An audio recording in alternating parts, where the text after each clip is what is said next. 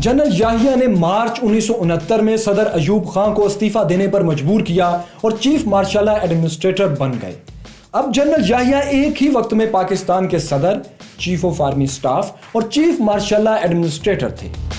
वो चूंकि अयूब के जवाल के असबाब देख चुके थे, इसलिए उन्होंने फौरन सियासतदानों से कोई लड़ाई मोल लेने के बजाय अयूबी दौर में सियासी जमातों पर लगी पाबंदियों को खत्म किया। जनरल याहिया खान ने अयूब का बनाया मुतनाज़ा आइन भी मनसूख कर दिया। उन्होंने दिसंबर 1970 में सदारती इंतखाबात कराए। ये पाकिस्तान की तारीख के पहले आम इंतखाबात थे जिसमें एक आदमी एक वोट का असूल इस्तेमाल हुआ। इन्हें पाकिस्तान की तारीख के सबसे शफाफ इंतखाबात कहा जाता है, लेकिन इन शफाफ इंतखाबात का नतीजा बहुत खौफनाक बरामद हुआ। इंतखाबात में बंगाल के शेख मुजीबुर रहमान ने मशरकी पाकिस्तान में क्लीन स्वीप किया और 160 नशिस्तें जीत ली, लेकिन उनकी जमात मगरबी पाकिस्तान में एक सीट भी हासिल ना कर सकी। इधर जुल्फकार अली भुट्टो ने मगरबी पाकिस्तान में 81 नशिस्तें जीती, लेकिन मशरकी पाकिस्तान में वो एक सीट भी ना जीत सके। पाकिस्तान वाज़िया तौर पर दो हिस्सों में बंट चुका था। पूरा मशरकी पाकिस्तान शेख मुजीब के साथ खड़ा था और शेख मुजीब आईनी लिहाज से पाकिस्तान के नए हुक्मरान थे। जनरल याहिया की जिम्मेदारी थी कि उन्हें इक़्तिदार मुंतकिल करते। इस मकसद के लिए जनरल याहिया ने 1 फरवरी 1971 में ढाका में कौमी असम्बली का इजलास बुलाया। ये एक तारीखी मौका था कि पाकिस्तान को मशरकी पाकिस्तान से मुंतखब क़यादत मिल रही थी, लेकिन इस तारीखी मौके पर भुट्टो ने कौमी असम्बली के इजलास में शिरकत से इनकार कर दिया।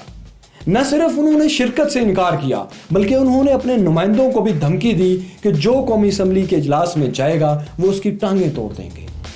भुट्टो को शेख मुजीब के 6 नुकात पर एतराज था। भुट्टो समझते थे कि शेख मुजीब के 6 नुकात पाकिस्तान से अलहदगी के नुकात हैं, लेकिन माहिरीन कहते हैं कि शेख मुजीब पर एतराज़ात के बावजूद भुट्टो को इजलास में जरूर शिरकत करनी चाहिए थी। भुट्टो ने जनरल याहिया पर इजलास मुलतवी करने के लिए दबाव डाला। याहिया ने यह इजलास मुलतवी कर दिया। इजलास का मुलतवी होना था कि मशरकी पाकिस्तान में आग लग गई। बंगाली समझ गए कि मगरबी पाकिस्तान की इशराफिया हमें इक़्तिदार मुंतकिल नहीं करना चाहती। मशरकी पाकिस्तान में सिविल नाफरमानी की तहरीक चल पड़ी। भारत जो पहले से मौके की ताड़ में बैठा था, उसने बागी ग्रोह मुक्ति बाहिनी के जरिए मुसल्ला बगावत शुरू करा दी। मुक्ति बाहिनी के मुसल्ला ग्रोहों ने पाक फौज और मगरबी पाकिस्तान के हामियों पर हमले शुरू कर दिए। यह पाकिस्तान बचाने का आखिरी मौका था। अगर उस वक्त भी एक इजलास बुलाकर इक़्तिदार इंतखाबात जीतने वाले के सुपुर्द कर दिया जाता तो शायद पाकिस्तान की तारीख कुछ और होती। गो कि अब ये इतना सादा भी नहीं रहा था, लेकिन जनरल याहिया ने इक़्तिदार मुंतकिल करने के बजाय ये आखिरी मौका भी गवा दिया और बगावत कुचलने के लिए फौजी एक्शन शुरू कर दिया। ये एक तारीखी हकीकत है कि फौजी एक्शन को भुट्टो समेत तमाम बड़ी सियासी जमातों ने सपोर्ट किया था। पाक फौज ने मुक्ति बाहिनी की बगावत को 9 माह में कुचल दिया, लेकिन इस फौजी एक्शन के नतीजे में नफरत की नदी का पानी सरों से बहुत ऊंचा जा चुका था। दूसरी तरफ मौके की ताड़ में बैठे भारत ने अपनी साजिश को नाकाम होते देखा तो इंटरनेशनल बॉर्डर क्रॉस करते हुए मशरकी पाकिस्तान पर हमला कर दिया। पाक फौज चारों तरफ से घेरे में आ गई। जोग्राफिया हमारे खिलाफ था। पाक फौज मरकज से 1000 मील दूर थी और चारों तरफ दुश्मन पूरी सप्लाई लाइन के साथ घेरा डाल चुका था, जबकि इधर सूरत हाल ये थी कि पाक फौज की सप्लाई लाइन कट चुकी थी और मशरकी पाकिस्तान की सरजमीन बेगानी हो चुकी थी। शिकस्त दीवार पर लिखी थी। इसके बावजूद पाक फौज के जवान बहादुरी से लड़े। वतन की खातिर हजारों जवान कट मरे, लेकिन ये एक हारी हुई जंग थी जिसे तूल तो दिया जा सकता था, जीता नहीं जा सकता था। और हुआ भी यही।